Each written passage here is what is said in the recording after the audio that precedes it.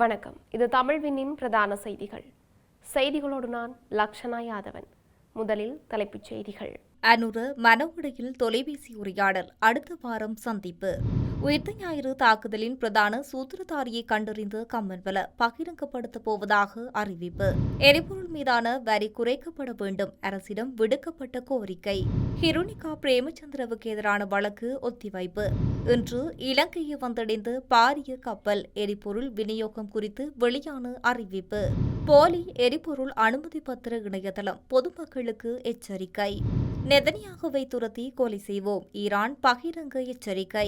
தெற்கு கடற்பரப்பில் போதைப்பொருளுடன் கைப்பற்றப்பட்ட மற்றொரு படகு. தொடர்பான விரிவான செய்திகள்.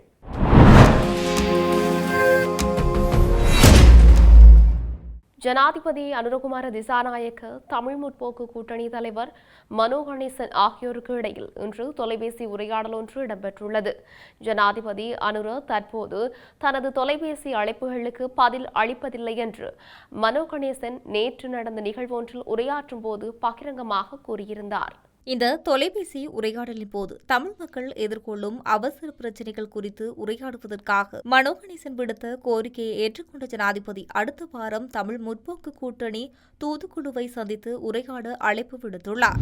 அரசாங்கம் வெளிப்படுத்தாத உயிர்த்த ஞாயிறு பயங்கரவாத தாக்குதலின் உண்மையான பிரதான சூத்திரதாரி யார் என்பது குறித்து மார்ச் 31 நாட்டுக்கு வெளிப்படுத்தப் போவதாக பிவுதிருகல உரிமைய கட்சியின் தலைவரும் சட்டத்தரணியுமான உதய கம்மன்பில தெரிவித்துள்ளார். கொழும்பில் இன்று நடைபெற்ற ஊடகவியலாளர் சந்திப்பில் கலந்து கொண்ட போதே அவர் இந்த விடயத்தினை தெரிவித்துள்ளார். சுமார் 1.5 வருட காலம் மேற்கொண்ட ஆய்வின் மூலம் உயிர்த்த ஞாயிறு பயங்கரவாத தாக்குதலின் சூத்திரதாரியை தேடி எனும் ஆய்வு நூலை தாம் தயாரித்ததாகவும் அதனை எதிர்வரும் மார்ச் 31 மாலை 3:30 மணிக்கு வெளியிட எதிர்பார்ப்பதாக அவர் தெரிவித்துள்ளார். உயிர்த்த ஞாயிறு தாக்குதல் கடந்த 7 வருடங்களாக விற்பனை செய்யப்பட்டது. இதை வைத்து அரசாங்கம் அமைக்கப்பட்டன, கலைக்கப்பட்டன. எந்தவொரு அடிப்படையுமின்றி இராணுவத்தினரை துன்புறுத்த இந்த தாக்குதல் பயன்படுத்தப்பட்டது.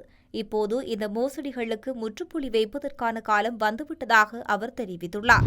எரிபொருள் மீதான வரிகளை குறைத்து எரிபொருள் விலையை இயலுமானவரை நிலையான மட்டத்தில் பேண வேண்டும் என்று இலங்கை பெட்ரோலிய கூட்டுத்தாபனத்தின் முன்னாள் தலைவர் மொஹமட் உவைஸ் தெரிவித்துள்ளார். ஊடக சந்திப்பொன்றில் கலந்து கொண்டு கருத்தினை வெளியிட்ட அவர் தற்போதைய சர்வதேச சூழல் இலங்கைக்கு ஏற்படுத்தக்கூடிய பாதிப்புகள் குறித்து எச்சரித்துள்ளார். தற்போது ஹார்முஸ் நீரிணை மூடப்பட்டுள்ளது. அத்துடன் ஏமனுக்கும் ஆப்பிரிக்க கண்டத்துக்கும் இடைப்பட்ட மற்றொரு நீரிணையை ஈரான் மூட நடவடிக்கை எடுத்ததால் இலங்கை உள்ளிட்ட பல நாடுகளுக்கு கடும் பாதிப்பு ஏற்படும்.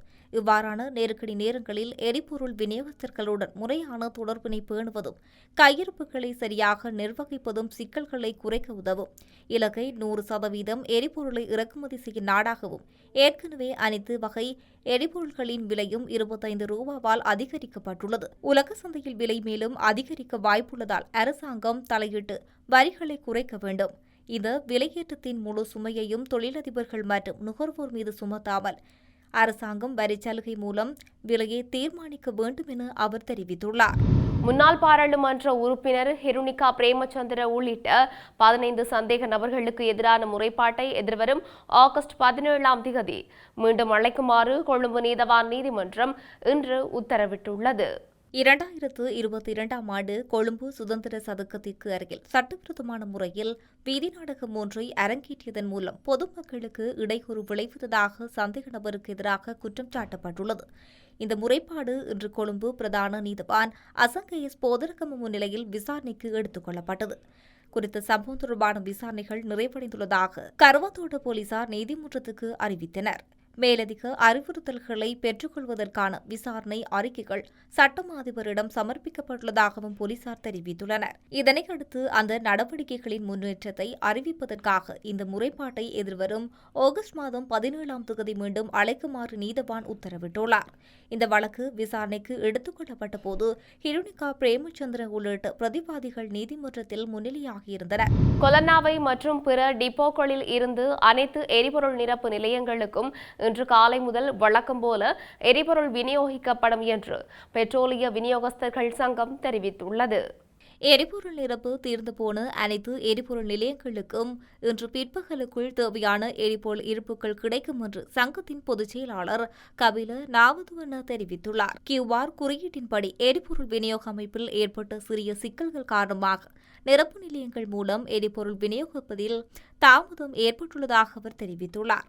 இதற்கிடையில் எரிபொருள் பற்றாக்குறை காரணமாக சில பகுதிகளில் உள்ள எரிபொருள் நிலையங்கள் மூடப்பட்டுள்ளதாக ஊடகங்களில் செய்தியும் வெளியாகியுள்ளது. தம்புள்ளி நகரம் மற்றும் அதைச் சுற்றியுள்ள அனைத்து எரிபொருள் நிரப்பு நிலையங்களிலும் இன்று காலை எரிபொருள் இருப்பு தீர்ந்துவிட்டதாக தென்னிலங்கை ஊடகம் ஒன்று தெரிவித்துள்ளது. இதற்கிடையில் 35,000 மெட்ரிக் டன் எரிபொருளை ஏற்றிச் செல்லும் கப்பல் இன்று நாட்டுக்கு வந்துள்ளதாக இலங்கை பெட்ரோலிய கூட்டுத்தாபனம் தெரிவித்துள்ளது. அடுத்த சில நாட்களில் மேலும் 3 எரிபொருள் கப்பல்கள் நாட்டுக்கு வரவுள்ளதாகவும் இலங்கை பெட்ரோலிய கூட்டுத்தாபனம் தெரிவித்துள்ளது. எரிபொருள் விநியோகத்துக்கான QR குறியீட்டு நடைமுறைப்படுத்தப்பட்ட போதிலும் நாட்டில் எரிபொருள் பற்றாக்குறை இல்லை என்று இலங்கை பெட்ரோலிய கூட்டுத்தாபனம் மேலும் சுட்டிக்காட்டியுள்ளது. தேசிய எரிபொருள் அனுமதி பத்திர கோட்டா முறைமையின் உத்தியோகபூர்வ இணையதளத்தை போன்றே வடிவமைக்கப்பட்ட போலி இணையதளம் ஒன்று தற்போது உலா வருவதாக முன்னணி சைபர் பாதுகாப்பு மூலோபாய நிபுணர் எச்சரிக்கை விடுத்துள்ளார். பொதுமக்கள் அவதானத்துடன் இருக்க வேண்டியதன் அவசியத்தை அவர் சுட்டிக்காட்டியுள்ளார். மோசடியாளர்கள் பொதுமக்களை ஏமாற்றி அவர்களின் தனிப்பட்ட விவரங்களை பெற்றுக்கொள்வதற்காக இந்த போலியான இணையதளத்தை உருவாக்கியுள்ளனர். இது தொடர்பில் தனது எக்ஸ் தள பக்கத்தில் பதிவிட்டுள்ள வைத்தியலங்கார உத்தியோகபூர்வ தளம் போன்ற தோற்றமளிக்கும் இந்த தளத்தில் உங்களது எந்தவொரு தனிப்பட்ட விவரங்களையும் உள்ளிட வேண்டாம் என வலியுறுத்தியுள்ளார். இதனைத் தவிர மற்றைய எந்தவொரு இணையதள முகவரிகளோ அல்லது குறுஞ்செய்திகள் மூலம் வரும் இணைப்புகளிலோ உங்களது வாகன இலக்கம், தொலைபேசி இலக்கம் அல்லது தேசிய அடையாள அட்டை விவரம் வழங்க வேண்டாம் என அதிகாரிகள் கேட்டுக் கொண்டுள்ளனர். ஈரானின் இஸ்லாமிய புரட்சிகர காவல்படை இஸ்ரேலிய பிரதமர் பெஞ்சமின் நெத்தன்யாகுவை முழு சக்தியுடன் துரத்தி கொலை செய்வோம் என்று பகிரங்கமாக அச்சுறுத்தலை விடுத்துள்ளது. இஸ்ரேல், அமெரிக்கா மற்றும் ஈரானிடையேயான போர் 3வது வாரத்தை எட்டியுள்ள நிலையில் ஈரானின் இஸ்லாமிய புரட்சிகர காவல்படை இஸ்ரேலிய பிரதமர் பெஞ்சமின் நெதன்யாகுவை நேரடியாக குறிவைத்து கொலை அச்சுறுத்தலை வெளியிட்டுள்ளது. ஈரானின் இஸ்லாமிய புரட்சிகர காவல்படை அதிகாரப்பூர்வ அறிக்கையில் இந்த குழந்தை கொலைகாரர் குற்றவாளி உயிருடன் இருந்தால் அவரை முழு சக்தியுடன் துரத்தி கொலை செய்வதை தொடர்வோம் என்று கூறப்பட்டுள்ளது. இந்த அறிக்கை ஈரானின் அரசு ஊடகங்களில் வெளியாகியுள்ளது. இந்த அச்சுறுத்தல் சமூக ஊடகங்களில் நெதன்யாகு கொல்லப்பட்டார் அல்லது காணாமல் போனார் என்ற வதந்திகள் பரவிய பின்னணியில் குறித்த அறிக்கை வெளிவந்தும் இருக்கின்றது. அத்தகைய வதந்திகளை இஸ்ரேல் பிரதமர் அலுவலகம் பொய்யான செய்தி என்று மறுத்து நெதன்யாகு நலமுடன் இருப்பதாக உறுதிப்படுத்தியும் இருக்கின்றது. தேவேந்திரமுனைக்கு தெற்கே ஆழ்கடல் பகுதியில் நேற்று கண்டுபிடிக்கப்பட்ட பல நாள் மீன்பிடி படகில் ஹெரோயின் போதைப்பொருள் இருப்பது உறுதி செய்யப்பட்டுள்ளதாக பாதுகாப்பு பிரதி அமைச்சர் அருண் ஜெயசேகர தெரிவித்துள்ளார்.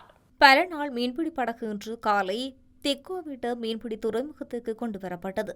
போதைப்பொருள் அடங்கியிருப்பதாக சந்தேகிக்கப்படும் உரமூட்டைகளை ஏற்றி சென்ற உள்நாட்டு பல நாள் மீன்பிடி படகு ஒன்று 5 சந்தேக நபர்கள் நேற்று கைது செய்யப்பட்டுள்ளனர். கடற்படையின் நீண்ட தூர கண்காணிப்பு பிரிவினால் முன்னெடுக்கப்பட்ட விசேட சோதனையின் போது குறித்த சந்தேக நபர்கள் கைதாகியுள்ளனர். இந்த நிலையில் குறித்த பல நாள் மீன்பிடி படகு கரைக்கு கொண்டு வரப்பட்டு பரிசோதிக்கப்பட்டதில் அதில் 123 கிலோகிராம் ஹெரோயின் போதைப் பொருள் இருந்தமை உறுதிப்படுத்தப்பட்டுள்ளதாக பொது பிரதி அமைச்சர் தெரிவித்துள்ளார். இதன் பெறுமதி சுமார் 3 பில்லியன் ரூபாய் என மதிப்பிடப்பட்டுள்ளதாக அவர் மேலும் தெரிவித்துள்ளார். செய்திகளின் நிறைவாக மீண்டும் தலைப்புச் செய்திகள். அனுர மனவுடையில் தொலைபேசி உரையாடல் அடுத்த வாரம் சந்திப்பு. உயிர்த்த ஞாயிறு தாக்குதலின் பிரதான சூத்திரதாரியை கண்டறிந்து கம்மன்வல பகிரங்கப்படுத்தப் போவதாக அறிவிப்பு. எரிபொருள் மீதான வரி குறைக்கப்பட வேண்டும், அரசிடம் விடுக்கப்பட்ட கோரிக்கை. ஹிருணிகா பிரேமச்சந்திரவுக்கு எதிரான வழக்கு ஒத்திவைப்பு. இன்று இலங்கையை வந்தடைந்த பாரிய கப்பல் எரிபொருள் விநியோகம் குறித்து வெளியான அறிவிப்பு. போலி எரிபொருள் அனுமதி பத்திர இணையதளம் பொதுமக்களுக்கு எச்சரிக்கை. நெதன்யாகுவை துரத்தி கொலை செய்வோம், ஈரான் பகிரங்க எச்சரிக்கை. தெற்கு கடற்பரப்பில் போதைப்பொருளுடன் கைப்பற்றப்பட்ட மற்றொரு படகு. இத்துடன் தமிழ்விண்ணின் பிரதான செய்திகள் நிறைவு பெற்றன. செய்திகளை உடனுக்குடன் அறிந்து கொள்ள தமிழ்வின் என்ற எமது யூடியூப் பக்கத்தினூடாக இணைந்திருங்கள். வணக்கம்.